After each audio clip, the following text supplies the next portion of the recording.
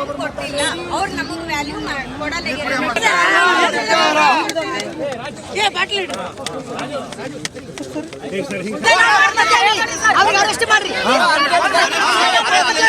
ನೀವು ಅಲ್ಲಿ ಪೊಲೀಸ್ ಅವರು ವ್ಯಾನ್ ನಿಂದಿರಿಸಿ ರಕ್ಷಣೆ ಕೊಡಬೇಕಾಗಿತ್ತು, ಅವ್ರಿಗೆ ಮನಿ ಖಾಲಿ ಮಾಡಿಸ್ತೀರಿ.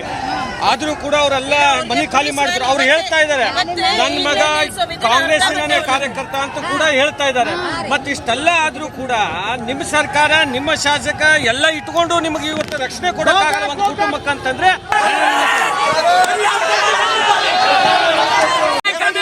ದೌರ್ಜನ್ಯ ಮಾಡ್ತಿರೋ ಪೊಲೀಸ್ ಅಧಿಕಾರಿಗಳಿಗೆ बोलते FIR नहीं दिए क्या, अभी आके धूप में FIR करो बोलते.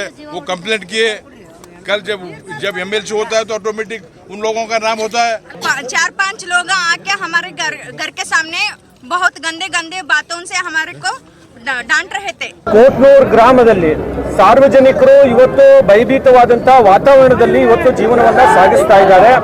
ಇವತ್ತು ಆ ಹೆಣ್ಮಕ್ಳು ಅವರಿಗೆ ನ್ಯಾಯ ಸಿಗಬೇಕು ಅಂತ ಹೇಳಿ ನಾವು ನಮ್ಮ ಸಂಸತ್ ಸದಸ್ಯರು, ಗುರುಗಳು ಮತ್ತು ನಾವೆಲ್ಲರೂ ಸೇರಿ ನಮ್ಮ ಚಂದು ಪಾಟೀಲ್ ಅವರು, ಅನೇಕ ಜನ ಯುವಕರು ಪಕ್ಷಾತೀತವಾಗಿ ಆ ಕುಟುಂಬಕ್ಕೆ ನ್ಯಾಯ ಕೊಡಬೇಕು ಅಂತ ಹೇಳಿ ಬೆಳಗ್ಗೆಯಿಂದ ಈ ಉರಿ ಬಿಸಿಲಲ್ಲಿ ಇವತ್ತಿನ ದಿವಸ ಹೋರಾಟವನ್ನು ನಾವು ಮಾಡ್ತಾ ಇದ್ದೇವೆ.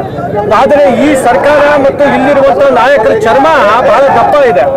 ಇವರಿಗೆ ಈ ಜನರ ಕೂಗು ಇವತ್ತು ಕೇಳಿಸ್ತಾ ಇಲ್ಲ. ಅವರಿಗೇನು ಚುನಾವಣೆ ಮುಖ್ಯ ಆಗಿದೆ ಅವರಿಗೆ, ಆದರೆ ಜನರು ಪ್ರಾಣ ಇವತ್ತು ಮುಖ್ಯ ಇಲ್ಲ.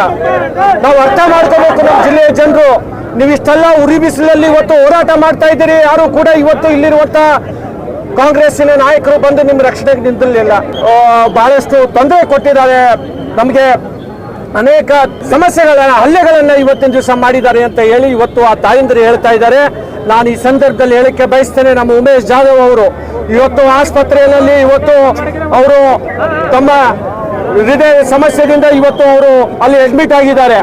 ನಾನು ಈ ಸಂದರ್ಭದಲ್ಲಿ ಹೇಳಿಕೆ ಬಯಸ್ತೇನೆ, ಏನಾದರೂ ಈ ತರ ಘಟನೆ ಆದರೆ ಇಲ್ಲಿ ಪೊಲೀಸ್ ಇಲಾಖೆನೇ ಇವತ್ತು ಜವಾಬ್ದಾರಿ ಆಗುತ್ತೆ. ನಾನು ಈ ಜನರಿಗೆ ನ್ಯಾಯ ಸಿಗೋವರೆಗೂ ನಾನು ಎಲ್ಲ ನಮ್ಮ ಯುವಕರಿಗೆ, ನನ್ನ ಕ್ಷೇತ್ರದ ಜನರಿಗೆ ಹೇಳಿಕೆ ಬಯಸ್ತೇನೆ, ನಾನು ನನ್ನ ಜೀವನ ಹೋದ್ರೂ ಪರವಾಗಿಲ್ಲ. ಇವತ್ತು ನಾನು कलबुर्गी में कोटनूर गांव में कल रात को एक घटना हो गई सो है. वो घटने में 23 जनवरी को बाबा साहब अम्बेडकर पुतले को जो कुछ अवमान हुआ था, वो जो उनको जेल डाले थे, उनको बेल कल मिला.